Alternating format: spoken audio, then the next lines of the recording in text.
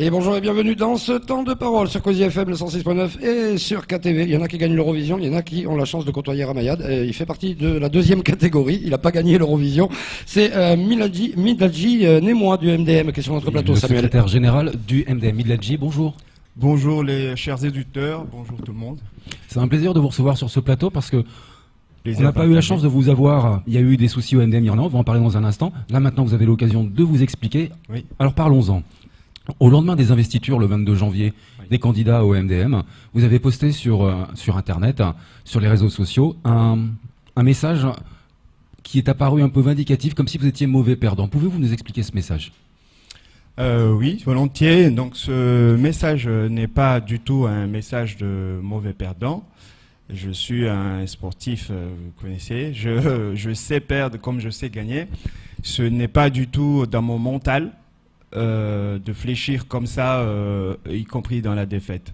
Ce message, c'est un message de comment dirais-je, de cri d'alarme par rapport à ce qui s'est passé au sein de mon parti.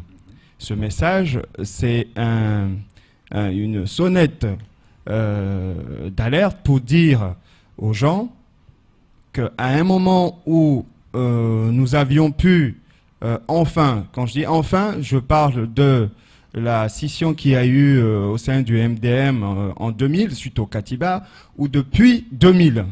On est en 2017, ça fait 17 ans.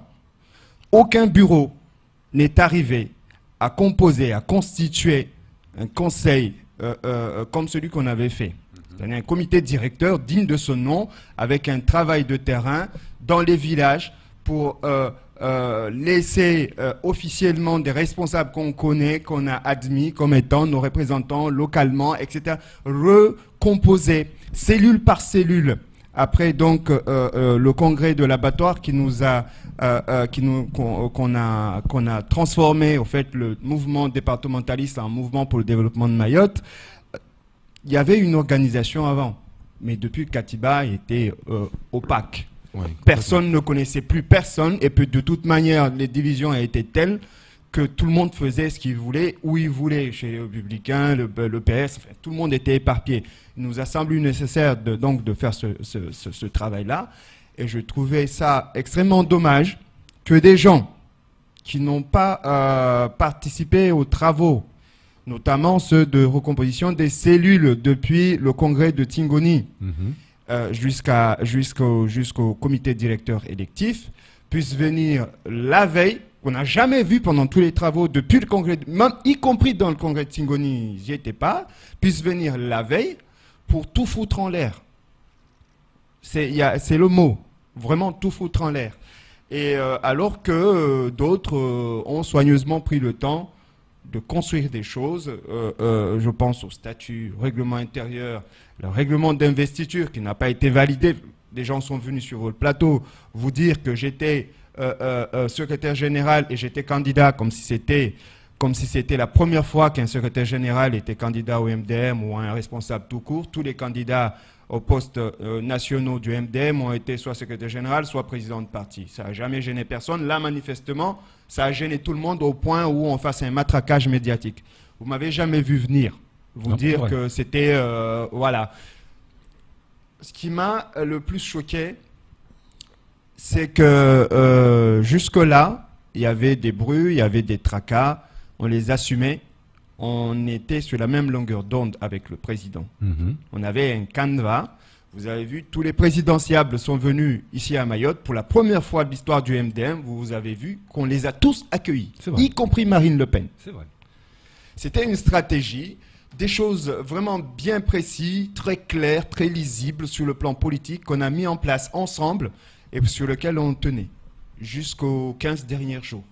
Où, après avoir mis en place, c'est vrai, toute l'opération, la logistique, j'ai jugé effectivement opportun de me mettre un peu en arrière pour laisser mes collègues, c'est-à-dire le secrétaire adjoint et le secrétaire administratif et le président, mettre en œuvre la stratégie. Vous avez vu la cellule de Mtsapere a envoyé une missive dans les médias Tout à fait. et venir expliquer que si jamais on ne prenait pas Maître Najim Hamada et Daniel Zaidani, c'était l'hécatombe. Tout à fait. Bon.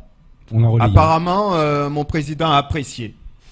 Parce que c'est ce qu'il a finalement mis en œuvre avec la pression que lui faisait le premier vice-président, la première vice-présidente Voulana de Mtsapere, alors même que nous avons instauré le principe que les cellules qui, du coup, depuis le congrès de Tingoni, ne s'étaient pas suffisamment organisées dans leur localité pour avoir l'investiture, ne pouvaient pas voter. C'est logique. On est parti d'un mouvement pour le département de Mayotte, un mouvement pour le développement de Mayotte. On a changé de statut, on a changé de texte. Il fallait laisser les responsables et leur donner la légitimité qu'il fallait. Je suis d'accord, mais à la veille de grandes échéances électorales, se priver de Mtsapere, c'est se tirer une balle dans le pied. Non, pas forcément, parce que ce qu'il faut regarder, on va dans des élections. Le travail de terrain ne peut pas être bâclé. S'il n'est pas fait, on va à l'échec. Et les gens qui vont nommer comme ça a été fait à Mtsapere, comme ça a été fait à Mamoudzou, parce qu'il n'y a aucun de 3 cellules de Mamoudzou ne s'est donné l'énergie qu'il faut pour s'organiser. C'est pas très compliqué pour s'organiser. On en a fait des intronisations jusqu'à samedi à Bandélé. On m'a appelé vendredi, j'ai tout fait. Les gens ne voulaient pas, j'ai tout fait pour aller faire l'intronisation de Bandélé. Et on l'a fait. Ils ont pu voter en toute légitimité et on avait laissé cette marge de manœuvre. Sur le terrain, si les gens ne se donnent pas la peine de faire des adhésions, je signale quand même, on va dans des élections présidentielles et législatives avant les sénatoriales. Mais comment vous pouvez comprendre, par exemple, qu'on a 2 candidats sénatoriales à Mamoudzou, par exemple, et qu'un canton comme Mamoudzou qui a plus de 12 000 votants, le MDM n'a même pas 50 adhérents. C'est une aberration. Comment vous allez aller sur le terrain? Donc, de dire, vous consolidez vos cellules localement, c'est l'organisation d'une cellule, c'est pas très compliqué. Surtout à Mamoudzou, où on a quand même beaucoup de militants. Mais pourquoi est-ce qu'on insistait pour que ça se passe comme ça? C'est pour les obliger à s'organiser. Mamoudzou, c'est le Capharnaüm, vous le savez. À Mamoudzou, le MDM, surtout à Mtsapere, c'est le bordel. Voilà, c'est la loi du plus fort. Mais monsieur Midladji, monsieur le secrétaire général, puisque vous avez fait un si beau travail depuis 2011, comment vous expliquez que ça n'a pas marché et à qui la faute? Écoutez, moi, depuis 2011, c'est vrai, je suis au taquet, mais je ne suis secrétaire général que depuis un an et demi, depuis le congrès de Mtsapere. Vous m'excusez du peu, mais je considère que en si peu de temps, avoir réussi, bien entendu, avec tout le monde, je ne suis pas en train de tirer le drap sur moi, mais c'est vrai que j'étais moteur dans tout, pour faire simple, toutes les initiatives, et d'ailleurs, j'en profite pour dire que ce qui est vraiment dommage, au-delà de ça, savoir qui a fait quoi, pourquoi ça n'a pas marché, c'est, comme je le disais, le fait qu'on est quand même arrivé à composer un comité directeur pour la première fois depuis 17 ans, avec une stratégie qui était très lisible, très simple. On a des gens qu'on a nous-mêmes laissés sur le terrain, qu'on a reconnus, président, qui nous envoie ces 2 délégués, ils siègent. On était à 11 cellules sur 19. 11 sur 19 en moins d'1 an et demi, monsieur Abdourazak. Je pense que c'est un bon résultat. C'est plus de la moitié. C'était un très bon début.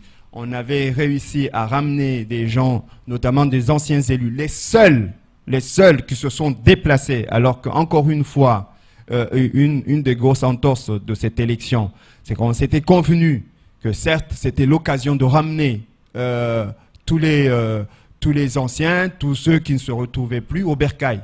Les élections internes, ça sert aussi à ça, c'est d'aller chercher les gens qui sont partis et de les ramener. Donc, les anciens élus comme les élus MDM sont membres de droit dans le comité directeur. L'idée, c'était effectivement que nos candidats pensant à leur campagne prochaine, aillent les chercher et les ramener. Mais on s'était convenu que pour les gens qu'on n'a pas vus depuis des décennies, C'était pas la peine. c'était pas la peine. Non, il fallait aller les chercher, mais il fallait qu'ils viennent, qu'on les voie. Ils ne pouvaient pas voter par procuration. Il y en a eu 10. Sur les 10 procurations qu'il y a eu, eh bien, je peux vous assurer qu'en dehors de celui du président Adrien Giraud, qui est parfaitement normal, logique, et personne ne peut le contester. Oui, parce qu'il est Les malade. 9 autres, voilà, il est malade, tout le monde sait, connaît son état. Les 9 autres, c'est de la triche. C'est ni plus ni moins que ça. Dernière chose pour laquelle j'ai mis ce poste en contestant effectivement ces résultats, c'est que on a eu 3 mois avant les élections une réunion de bureau à Mtsahara, dans laquelle les choses ont été définies. J'ai envoyé d'ailleurs communiqué à ce sens-là à la presse pour dire voilà, les dates seront ça, ça, ça. Et à la suite de la missive de la cellule de Mtsapere, tout ça a été bâclé. Tout ça a été bâclé et c'était le début du carnage, puisqu'on a bâclé tout ça alors qu'il y avait un délai, il y a des délais à respecter. Vous convoquez un comité directeur de cette nature, il y a 15 jours de délai. Vous convoquez un comité de cette nature, 15 jours avant, vous devez quand même transmettre la liste du comité directeur complet pour que les gens puissent faire campagne. Et je peux vous assurer que sur 67 membres listés du comité directeur, on n'avait pas mais la moindre idée de qui allait voter la veille des élections. Pas 2 jours, 3 jours avant. Autrement dit, non seulement on m'a fait comprendre c'est ce qui était légitime, qu'il fallait que je me mette en retrait, mais c'était que je me mette en retrait pendant les 15 jours pour qu'ils puissent, eux, avoir la main pour tout foutre en l'air et ne me laisser aucune chance, puisque la veille encore, on a rajouté des gens régularisés que j'ai du coup jamais eu le temps ni la chance de pouvoir faire campagne auprès d'eux. Dites-moi comment et dans quelle optique j'aurais pu gagner ces élections. On m'avait éliminé avant même l'élection. On comprend mieux votre amertume. Le temps, il nous est compté. Malheureusement, je voudrais qu'on en prenne le plus possible pour vous écouter, vous entendre. Il y a lundi une réunion de crise pour différents sujets, dont votre cas. Vous êtes suspendu pour le moment. Le cas peut-être d'une éviction du MDM sera évoqué. Qu'est-ce que vous en pensez de cette réunion ? Alors, je pense que de toute manière, ils vont continuer dans leur lancée. Ils sont totalement hors la loi. Vous avez vu que lorsqu'ils ont annoncé mon éviction, je vous ai envoyé un communiqué dans la presse avec les règlements intérieurs et le statut du MDM. Vous n'avez pas fait de critique, vous n'avez pas écrit que j'étais à côté de la plaque. Je suppose que vous les avez lus comme nous. Ah bah c'est parfaitement clair. Vous avez, là, sur le coup, les statuts sont clairs. Hein. Voilà, les statuts sont clairs. Ça n'a pas empêché mon président et les 2 juristes qu'il a à ses côtés, je pense à mon secrétaire administratif et à Maître Nadjim Hamada, ça les a pas empêchés de revenir dans les plateaux, de dire comme si de rien n'était, que j'étais pas le secrétaire parce qu'il m'avait investi, comment dirais-je, légitimement. Voyez-vous, le MDM, ce n'est pas un pouvoir présidentiel, hein, ça c'est fini. Depuis des lustres d'ailleurs. Hein, on n'a pas voté des statuts, voté des règlements intérieurs, voté un bureau pour que ça soit la voix du président parce qu'il pense que, on s'en fout de ce qu'il pense en réalité, c'est l'expression du comité directeur. Je suis membre du comité directeur, je n'ai jamais été convoqué. Et je peux vous assurer que les 16 qui ont tenu la ligne, qui ont voté d'ailleurs les 3 candidats qui ont perdu avec 16 voix et les autres ont gagné avec 47 voix. Et vous avez pu entendre Monsieur Omar, l'ancien directeur de la cellule coopération régionale qui était sur le plateau de Mayotte Première, vous dire que en réalité les votes se sont passés dehors. Parce qu'il a dit sur Mayotte Première que les gens qui étaient là, on leur a fait jurer sur le courant le fameux process machin. Mais Mayotte Première était pendant toute la séance au conseil départemental. Jamais il y a eu ça. Ça veut dire que les 4 qui ont gagné se sont vus ailleurs, je sais même où, ont fait leurs affaires de dernière minute, encore une fois, parce que ce sont 3 d'entre eux se détestent comme pas possible, ne se parlaient même pas. Mais c'était le concours de circonstances pour tout foutre en l'air, pour avoir une pseudo-légitimité, mais ils peuvent pas tricher aussi librement et venir me dire on a triché, on a gagné, allez, c'est bon, c'est fini, c'est passé, on y va. Non, moi j'ai droit de retrait. Je mets en retrait parce que de toute manière, tout ce qui a été fait jusqu'à maintenant, c'était du logique. Et tout ce qu'ils ont commencé à faire depuis qu'ils ont décidé de mettre en œuvre la menace de Mtsapere, c'est du grand n'importe quoi, et je le dis et je le maintiens. Alors, vous dites que vous êtes en retrait, excusez-moi, mais là, je suis obligé d'avancer. Moi, j'ai une dernière. Non, oui, maintenant, c'est fou, on va prendre le temps après. Mais vous êtes en retrait, en attendant, vous affichez sur les réseaux sociaux avec un soutien à Ramayad. Alors, vous n'avez pas choisi la plus moche, ni la moins intelligente. Merci. Et ça, c'est un coup de poker aussi que vous venez de faire encore. Non, pas tellement. Ce qu'il faut savoir, c'est que c'est vrai que pour le grand public, c'est choquant tout ce qui se passe aujourd'hui au MDM, mais c'est des discussions. Moi, je dis très clairement que le président a choisi de changer de fusil d'épaule, une stratégie.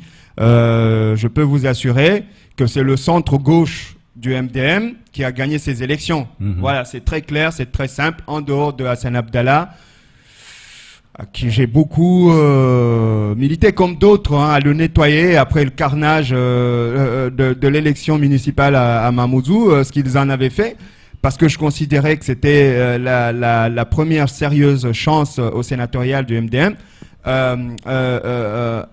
Les trois autres, c'est quand même centre-gauche, quoi, je veux dire. Et les gens qui les ont soutenus aussi, si vous faites l'analyse des différentes cellules, c'est des petites calculettes, vraiment des petites calculettes qui ont été sorties. Et donc, moi, je me suis dit, concernant Ramayad, bon, vous avez vu, il y a eu des travaux, notamment avec le centre, président Douchina, etc. Tout ça, ce sont des choses dites très clairement. J'ai vu d'ailleurs une petite critique dans vos écrits lorsque cette affaire est sortie sur mon poste, disant que j'ai fait semblant de tenir un stylo comme si je signais quelque chose. Non, je ne faisais pas semblant. J'ai réellement signé des pourparlers de première discussion que j'ai transmis au président de l'UDI. C'était des choses très sérieuses. Le président de l'UDI nous a transmis, et c'est mon président qui me l'a donné, une convention pour qu'on essaye de discuter au sein du conseil directeur, enfin du comité directeur, pour qu'on voit si on ne peut pas mettre en place une relation comme l'UDI a avec comment dirais-je, la présidente de la Réunion, c'est-à-dire une convention de partis associés. On n'a pas eu le temps de le présenter au comité directeur. Il y a pas, la plupart des choses qu'on avait mises en place, on n'a pas eu le temps parce que le temps des élections, des tracasseries, des candidats qui nous laissent pas bosser, etc., était tellement intense que les réunions ne se passaient que sur ces sujets.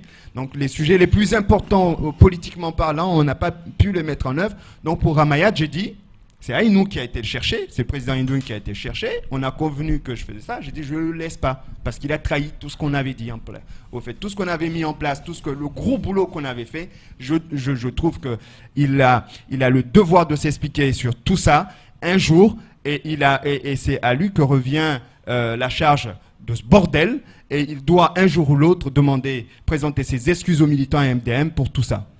Merci beaucoup. On a carrément explosé le compteur. C'est tout pour ce temps de parole.